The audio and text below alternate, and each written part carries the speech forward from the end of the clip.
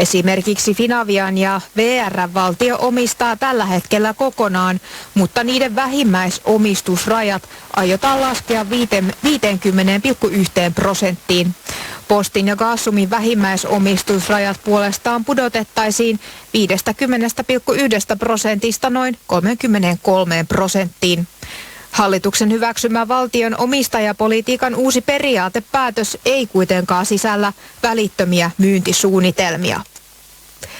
Poliisi on tehnyt rikosilmoituksen tapauksesta, jossa Terveystalon lääkärikeskus kieltäytyi antamasta defibrillaattoria sivullisille elvytystilanteessa.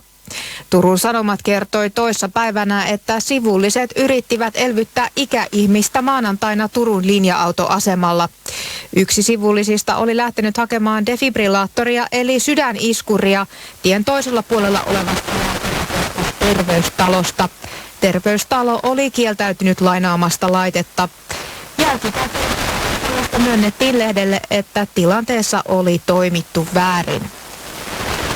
Slovakian pääministeri Robert Ficon ampumisesta epäilty mies on kertonut motiivikseen sen, että hän vastustaa maan Ukraina-politiikkaa. Asia selviää uutistoimisto AFP:n haltuunsa saamista oikeuden dokumenteista. Asiakirjojen mukaan mies oli raivostunut muun muassa Ukrainan sotilasavun lopettamisesta. Ficoa ammuttiin runsas viikko sitten Slovakian Handlovassa. Pääministeri on edelleen vakavassa, mutta vakaassa tilassa. Ampujaksi epäiltyä 71-vuotiaasta miestä vastaan on nostettu syytteet murhan yrityksestä.